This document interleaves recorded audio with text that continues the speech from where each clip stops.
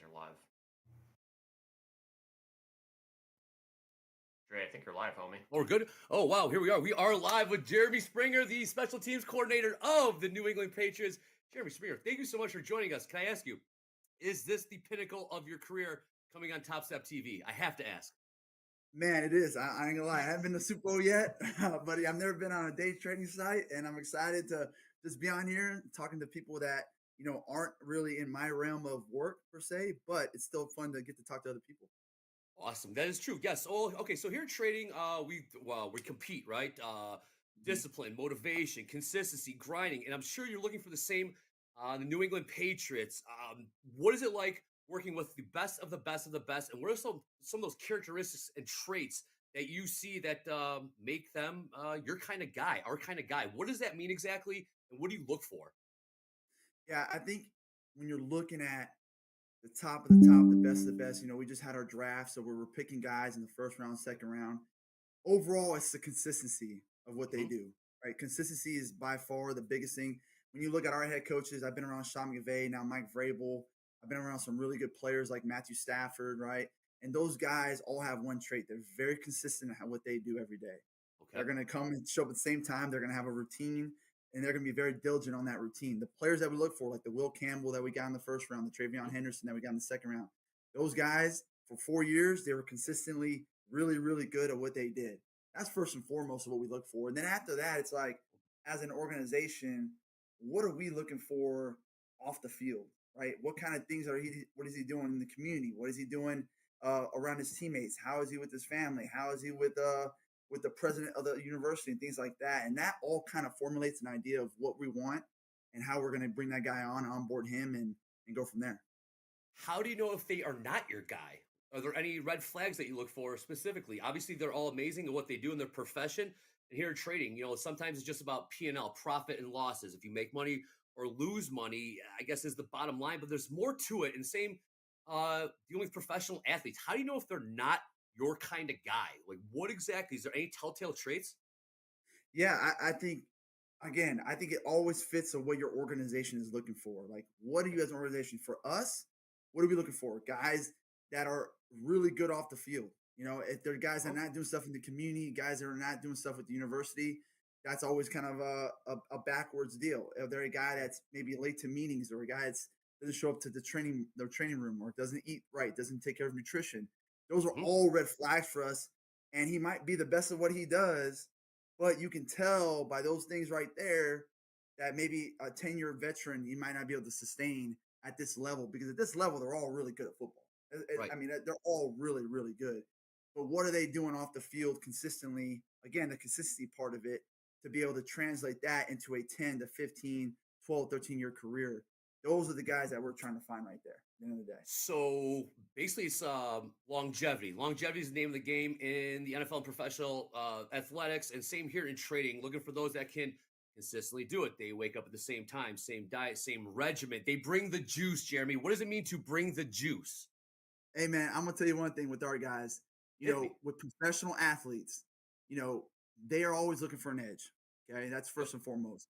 But if I'm preaching consistency, if I'm preaching, being disciplined and doing certain things right, I'm not detailed in what I do, our guys aren't going to trust me. And I can do it. I can show up 50 times. And on that 51st time, I come with low energy. I come with a bad plan. I'm not organized. I'm not structured. They're gonna seek me out, and then they're not gonna trust me after that. Hmm. So for me, it's very important that I show up the same way every day. I prepare the same way every day. My meetings are detailed. Okay, they're concise. Okay, they're direct. They're able to really tell me what I'm telling them, and then bring it back to me.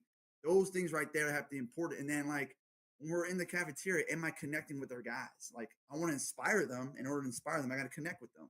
So all those things right there are very important for me to kind of bring that energy and juice every day for my guys to feel loved, feel wanted, and want to build connections throughout the time they're with me. Amazing stuff. Okay, so if you're bringing the juice day in and day out, what if one of your players isn't necessarily bringing the juice? Is that okay? Some people, I mean, everyone has an Yeah, off day. How do you deal with that? Because sometimes in trading, we suffer losses, right? We're losing, five, 10,000 bucks in real money, and it may be hard to bring the juice the following day. So here at Top Step, obviously, we're looking for trading talent.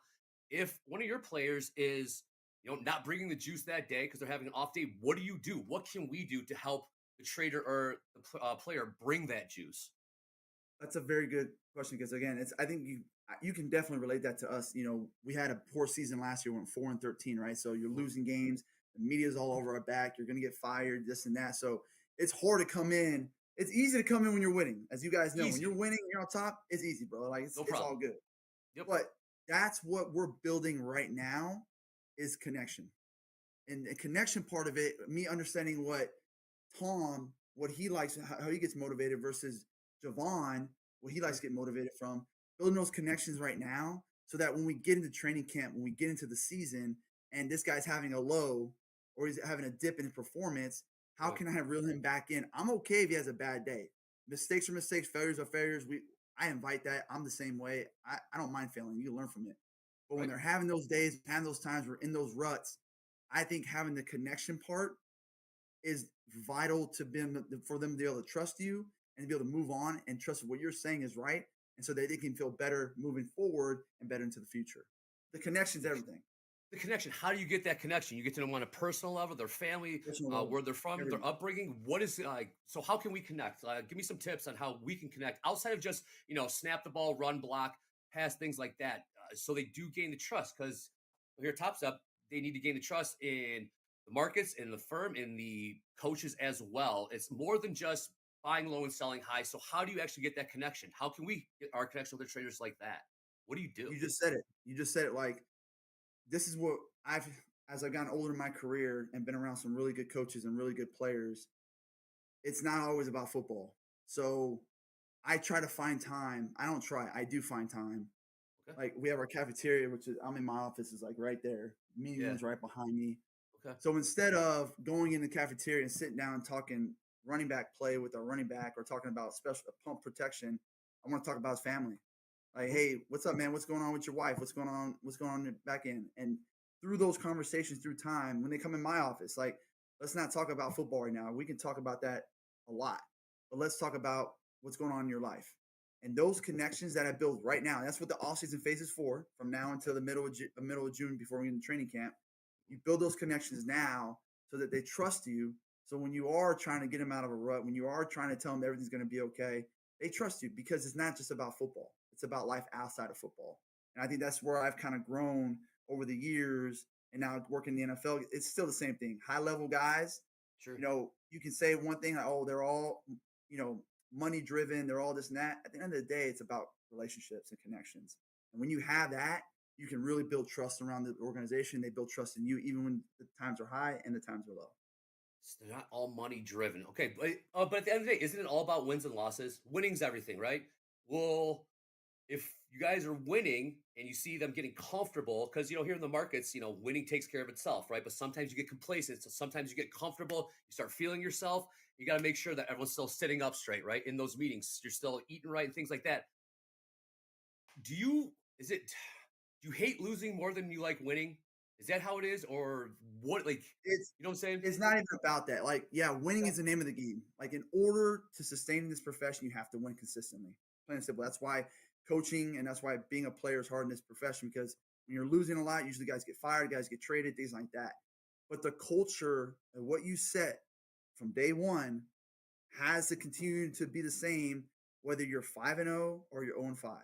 The culture, the culture, the culture. What we're doing on a daily basis, like for us, we have a team identity. We have four things that we talk about: effort Hit and me. finish. Okay, effort and finish is number one. That's a non-negotiable. We're Okay. ball disruption or ball security. So ball disruption is on defense, we're playing violent to the ball. On offense, we're taking care of the ball, right? The third thing is our details, technique, and fundamentals. And our fourth thing is making great decisions on and off the field. So those four things don't change. They don't change in the special teams room. They don't change in the offensive room, the defensive room.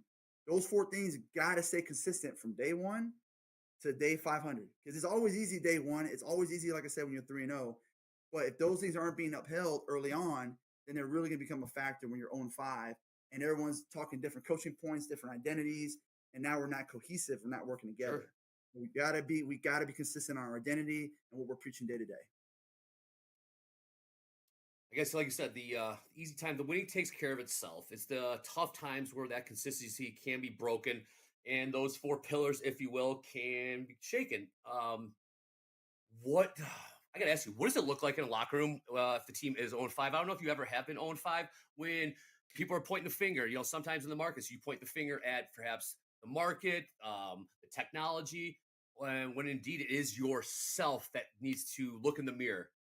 What does that look like in the locker room when times are tough? You're in the gutter and you get picked back up. How do you do that? What is it? Yeah, does it get like Yeah, I think is it there's intense? 2 different there's 2. I've been in both. I've been a 5-0 locker room, I've been 0-5 locker room, I've been losing seasons, winning seasons, and I'm telling you, the overall difference is the culture. And at the end of Yeah, the it's day, it's culture, like culture. it's culture, culture, culture, and what the guys we brought into the building, were they consistent in what we were bringing in, or they were just guys that were bad off the field? Were they not making great decisions? Were they guys that they slipped and we let them slip? Like they came to meeting late and we didn't find them, right? So Hmm. like it's everyone's standards got to be the same. It can't just be, hey, Stephon Diggs cannot come to any meetings, and Drake May doesn't have to come, but the third string running back's got to be at everything, right? Everyone's got to be held to the same standard. And the teams that have been on 0-5 in bad locker rooms after a loss, they go their separate ways. Right. The Mm. winning teams were connected, man. Like it's a connection. We're all here for the same reasons. No one's like, hey, I need to have this game. We're all like, I need the best game I can have for my teammates. And when we have that, you have that cohesion. Usually good things happen. Culture, culture, culture. Does that start all the way at the top with Mr. Kraft? Is that 100. where it It, comes it from? starts. Ownership hires the guy to set the culture. So ownership is ownership because again, ownership is not always around. They're dealing with their multi-billionaires, right? So those guys are not always around. The head coach sets the foundation and upholds this foundation, sets the culture, upholds the culture, gives it to us. We got to help him uphold it, and then we got to bring the right guys in so that we're consistent there. I guess that's exactly It's what we're not doing easy to things. do. That's why It's every year is not. different, right? It's It's not not very hard. easy. And I want to ask you about that because actually, your boss, Coach Vrabel, you were with the previous regime, Mayo, correct? Yeah. And Yes, I was. you stayed on board. And Mhm. what was that like? Are you indeed, I guess, you know, Coach Vrabel's kind of guy? Why do you think that you were retained from between two coaches? 'Cause that's quite rare for those that are, might not be familiar. That's pretty rare in the industry, right? Yeah, I mean, I was retained. I'm very fortunate and grateful for that. I'm learning. I'm going through it right now. Going Sure. through practice right now. We're in phase 2 with our players, and to go through practice right now and trying to figure out what Vrabel likes, what he doesn't like, trying to uphold Oh, the standard that he wants in my meetings, to uphold the standards he wants on the practice field. It's a whole new system compared to the last previous coach, or even Sean McVay, or even some of the college head coaches I was before that. And again, what Vrabel's done so far, I mean, I just tell you right now, like he can run any business in the world. I think he can be any coach or any kind of team because he's just very consistent in what he does. And there's a standard, there's a way we do things, and it's not going to change again for Drake May. It's not going to change for our fourth string running back. So again, I just think we do got the right guy, and it's a great change to see that, and I'm grateful to be a part of it. incredible stuff. Do you see coaching styles moving in different direction over the old school way based on Oh yeah, talent, based on, sometimes, back then, you say, two a days, that doesn't exist anymore, right? Two a days, no, you thought maybe not give them water or something. They were punished and things like that. How have you seen things change? Because here in trading, there's an old school way that was much more cutthroat, if you will. Things are kind of swinging back towards the traders. And are you seeing something similar when you're dealing with the elite, the best of the best? How have things changed over the course of time from your experience? yeah, I've been coaching for 15 years now, right? So, Okay. I started when I was 21, 22 years old, and now I'm 36. So I've been coaching for 15. It's been a drastic change. Wow. I even when I started coaching, you can still, you still dog cuss a player and it'd be okay. You can still be really hard on 'em, Mhm. run a bunch after practice. And now with these players, a lot of it's the why, right? A lot of you got to show them why we're doing this, why we're doing that, why we're doing this. They're a lot smarter, in my opinion, than they were Mhm. 15 years ago than I was. Like they understand at an early age because they've watching YouTube videos or watching all kinds of things. They know what it looks like and they want to know the why I'm doing this drill, why I'm doing that. And so you got to be really good and detailed in your work. And I think that's the biggest thing because they're not just going to listen to you. They're going to want to see proof of why what I'm coaching and why I'm doing it. And also, these guys are Yeah. getting paid in college now with NIL. I mean, they're getting paid. They're coming in already. Yep. Some guys have already made eight, ten Big million man on dollars. campus. Yeah, the big man on campus, they made $10 million their senior year. They're coming in, they just took a pay cut, and now they're trying to prolong their career. And how am I going to do it and help them? They want to know the why, and I'm okay So with that. will I kind they of like that. I like that they're smarter. I do like that they're smarter now.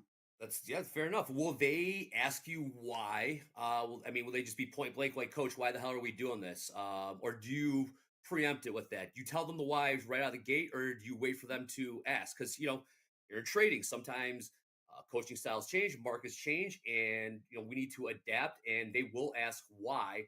You know, do they challenge you when they ask you the Oh why? yeah, It's like, Coach Springer, what the hell are you doing? Why the hell are we doing this? And dude. will they ask you I directly, said or it they, earlier. I didn't mean to cut you off there, but I said earlier, right? My meetings are clear, concise, detailed, and direct.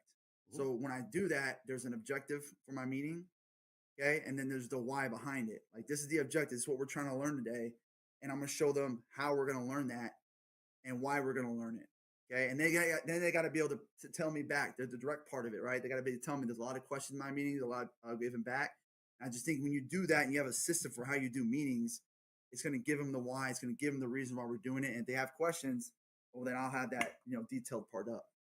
Good stuff. We are being joined by special teams coordinator of the New England Patriots, Jeremy Springer, in the house here on Top Step TV. Thank you so much for joining us, my man. Uh, let's get to know you a little bit. What are you most proud of in your coaching career thus far? I know it's a bit of a softball, and then I'll ask you the flip side, but what are you most proud of up until this point?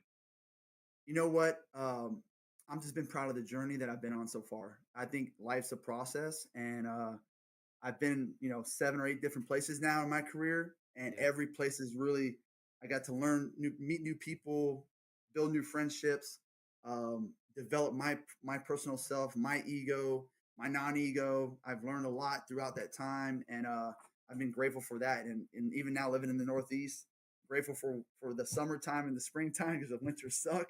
So I'm Mhm. like, hey, this is really nice, and just all the Yeah. things that come with moving, come with the process, meet new people. That's what's been really good in my career so far.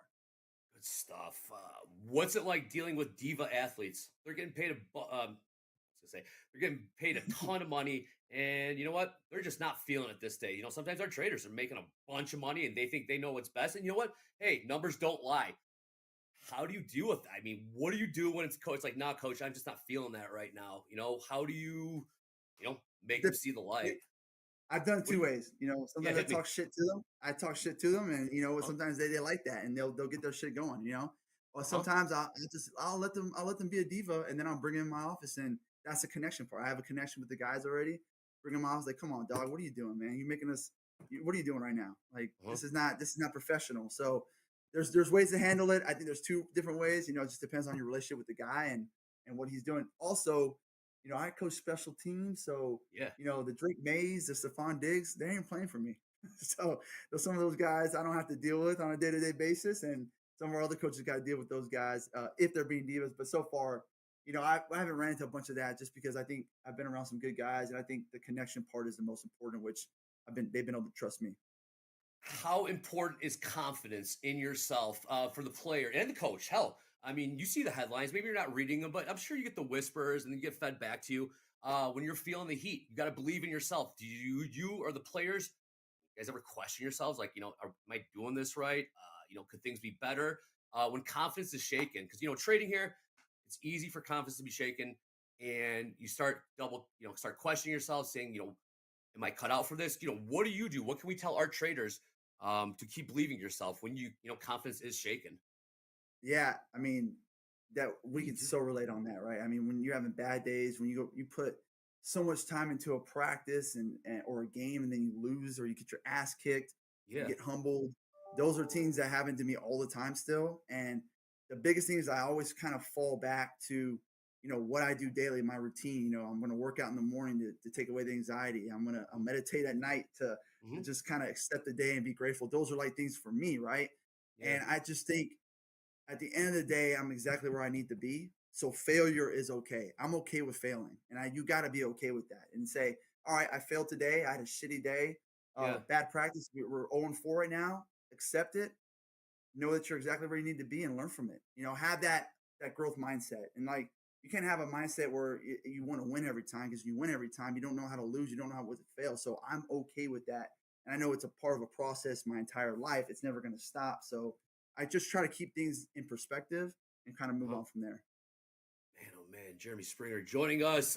Quick, tell us about the New England Patriots. Where are you guys in the season right now? Obviously, the draft just came and went. Yeah. You guys got rookies in camp right now, I do believe. Tell us how we're looking for. We got a bunch of people in New England right now watching. They're absolutely loving this stuff. So tell us, how is the team going to look Yeah. this year? Don't give me the cliche You know shit what? either. Don't give me the cliche shit either. No, I'm not. I'm not. I'm gonna be real. I'm gonna be real with this. So, since Vrabel's gotten here, and I Uh, keep looking at when you say players, I have this personnel board right here. So I just keep looking at all the new names right can we there see that we're it? gonna have You in. show us the depth It's chart. You show us the depth chart right now. it's not. There's no depth chart. Yeah, there's no depth Okay. chart. It's just a roster of guys right here, and you know, for what Vrabel's done in a short time that he's been here, the players that he's brought in um, to back up Drake May, our quarterback that we drafted last year, and then on the defensive side, the guys he signed, and then our draft that we just had, Yeah, the which I kicker, was right? really excited about. Really, really excited about.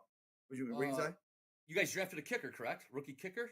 Yeah, we drafted a kicker and a long snapper. We drafted Yeah, two and a long guys. snapper. Okay, that's very That never unusual. happened. That's unusual. That How never much happened. pressure is this kicker going to be on? I mean, he's going to be under. I Dude, mean, hey, there's only 32 kickers in the world, so there's a lot of pressure. hell yeah, there There's only is. 32. Okay, There's only 32 of them in the world. That's it. and I'll talk about this. So, kicker is kind of like a solo position. It's kind of like a solo sport individual, if you will. Obviously, you need the snap and the hold, things like that. But it's mental. They obviously have the leg. What the hell? What are the characteristics that make the kicker your kind of guy? Obviously, they got the big leg. They're Yeah. unflappable. What, like, they can handle failure? Like, would you guys look at this the kicker and say, you know what, this kid's ready for the big leagues? What'd you see? Well, he's got to make kicks, right? Everyone's like, For oh, sure. no shit, right? Well, yeah. Well, he's got to make kicks consistently over a career. And our guy that we brought in from Miami was about 90% over 4 years.